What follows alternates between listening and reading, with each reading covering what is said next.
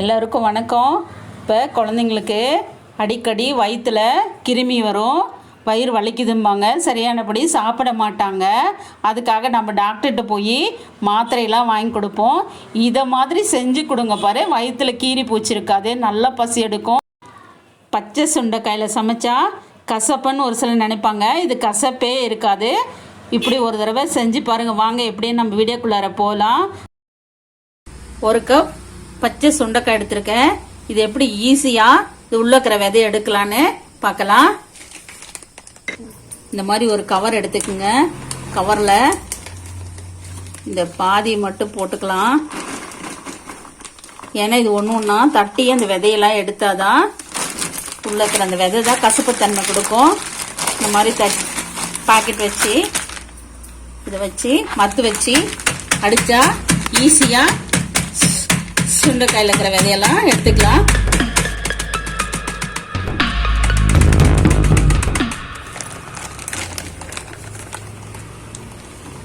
பாருங்க, இந்த மாதிரி தட்டியாச்சு ஈஸியா. இதை இப்ப தண்ணியில போட்டுக்கலாம்.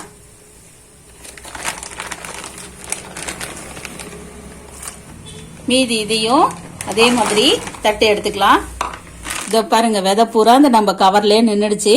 நம்ம எல்லாம் தட்டி எடுத்துச்சு. நம்ம காலி இடம் வீட்டில் இருந்துச்சுன்னா எம்டியா மண் இருந்தா இதுல தண்ணி ஒரு டம்ளர் ஊற்றி நல்லா அலசிட்டு கொண்டு போய் அந்த மண்ணில் ஊத்துனா இந்த விதையை வச்சு செடி தானா 10 நாளையில முளைச்சு வந்துடும் நமக்கு. பாருங்க, இது தட்டினத தண்ணியில ஒரு தடவை எடுத்தாச்சு. இது இன்னொரு தடவை அலசிக்கலாம். மிச்சம் இருக்கிற விதையும் எல்லாமே இந்த தண்ணியில இறங்கிரும். இன்னொரு டைம் அலசிக்கலாம்.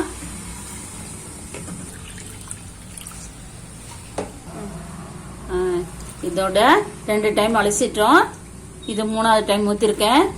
ஏன்னா மீதி இருக்கிற இந்த விதையெல்லாம் வரட்டுங்கிறதுக்காக தான். இப்ப அலசியாச்சு. இது எடுத்துக்கலாம். எடுத்துட்டு எப்படி சமைக்கலான்னு வாங்க வீடியோக்கு பார்க்கலாம். ஒரு வெங்காயம் நறுக்கி வச்சிருக்கேன். இந்த வெங்காயத்தையும் ஒரு தக்காளி எடுத்திருக்கேன். இதையும் இந்த வெங்காயத்தையும் வணக்கிக்கலாம்.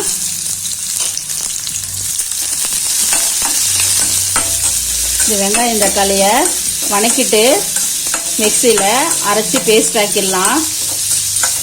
எதுக்காகன்னா குழம்பும் டேஸ்டா இருக்கும்.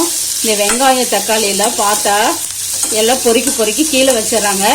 இப்ப எதுவும் எடுத்து வைக்க முடியாது. நம்ம ரெண்டையும் சேர்ந்து போட்டு நல்லா வணக்கிக்கலாம். இப்ப குழம்ப ரெடி பண்ணலாம். அதுக்கு ஒரு 3 ஸ்பூன் ஆயில் போடுறேன். இந்த சுண்டைக்காய் வணங்கணும், அதனால கொஞ்சம் ஆயில் எக்ஸ்ட்ரா போடுறேன்.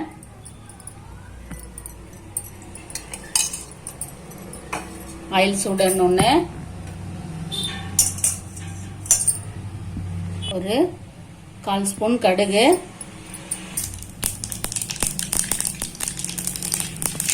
கொஞ்சம் ஒரு 1/2 ஸ்பூன் பெருங்காயம், கருவேப்பிலை, கிளீன் பண்ணி வச்சிருக்கிற இந்த சுண்டைக்காவை இதுல சேர்த்திக்கலாம்.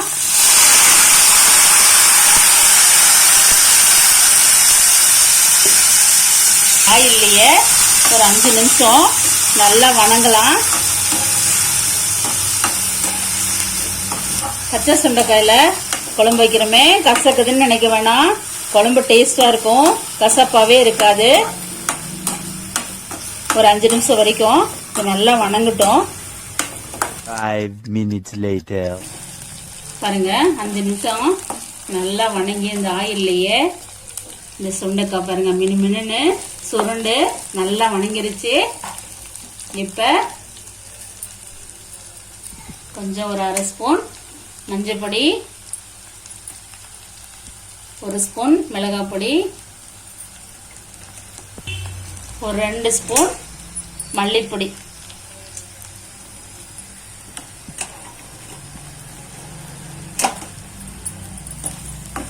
இதெல்லாம் சேர்த்து ஒரு வணக்கிடலாம். கொஞ்சம் லைட்டா தண்ணி போடலாம். இந்த மசாலா ஒரு வணங்கட்டும்.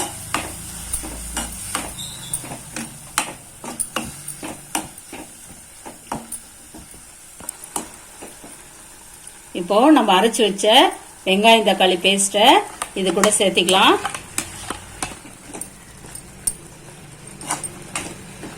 பாருங்க, தக்காளி வெங்காயம் பேஸ்ட்டு எல்லாம் சேர்ந்து சுண்டைக்காயோடனா நல்லா வணங்கட்டும்.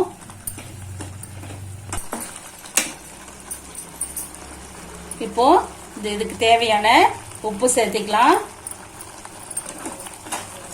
சேர்த்துட்டு 1 டம்ளர் தண்ணி விட்டுக்கலாம். விட்டு ஒரு 5 நிமிஷம் இந்த காய் வேக வைக்கலாம். ஏற்கனவே எண்ணெயில் 5 நிமிஷம் வெந்திருக்கு. இன்னும் ஒரு 5 நிமிஷம் நல்லா கொஞ்சம் கொதி வரட்டும். அரை மூடி தேங்காய் எடுத்திருக்கேன். இது திருகி மிக்சியில் போட்டு இந்த பால் மட்டும் எடுத்துக்கலாம். அரைச்சாச்சு. இதுல இருந்து நம்ம பால் எடுத்துக்கலாம். எல்லாம் நைஸா அரைச்சிருக்கேன், அதனால ஒரு தடவை பால் எடுத்தாவே போதும். இங்க பாருங்க, வெறும் சக்கை மட்டும்தான் இருக்கு. இந்த மாதிரி வெள்ளை கலர் துணியை வச்சு நல்லா ஃபில்டர் அடிச்சுங்க. இது இனிமே ஒண்ணுமே இல்லை. பாருங்க, 5 நிமிஷம் ஆயிடுச்சு. காயெல்லாம் வெந்துருச்சு. இப்ப நம்ம இந்த தேங்காய் பாலை இதுல சேர்த்திக்கலாம். சேர்த்துட்டு ஒரே கொதி விட்டவொடனே எடுத்துக்கலாம். டேஸ்டான சுண்டக்காய் குழம்பு ரெடி. பபிள்ஸ் விட ஆரம்பிச்சிருச்சு. ஒரு கொதி விட்டவுடனே எடுத்துடலாம், இல்லைன்னா தேங்காய் பால் நீத்துரும். அப்போ நமக்கு குழம்பு தண்ணி மாதிரி இருக்கும்.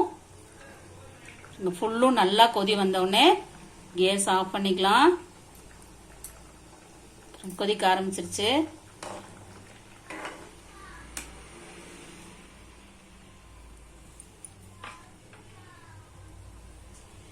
பத்தே நிமிஷத்துல ஈஸியா டேஸ்டான ஒரு குழம்பு ரெடி பண்ணிடலாம். இது சுடு சாப்பாட்டுக்கு சூப்பரா இருக்கும். தோசை இட்லிக்கும் தொட்டு சாப்பிடலாம். போதும், நம்ம கேஸை இப்போ ஆஃப் பண்ணிடலாம்.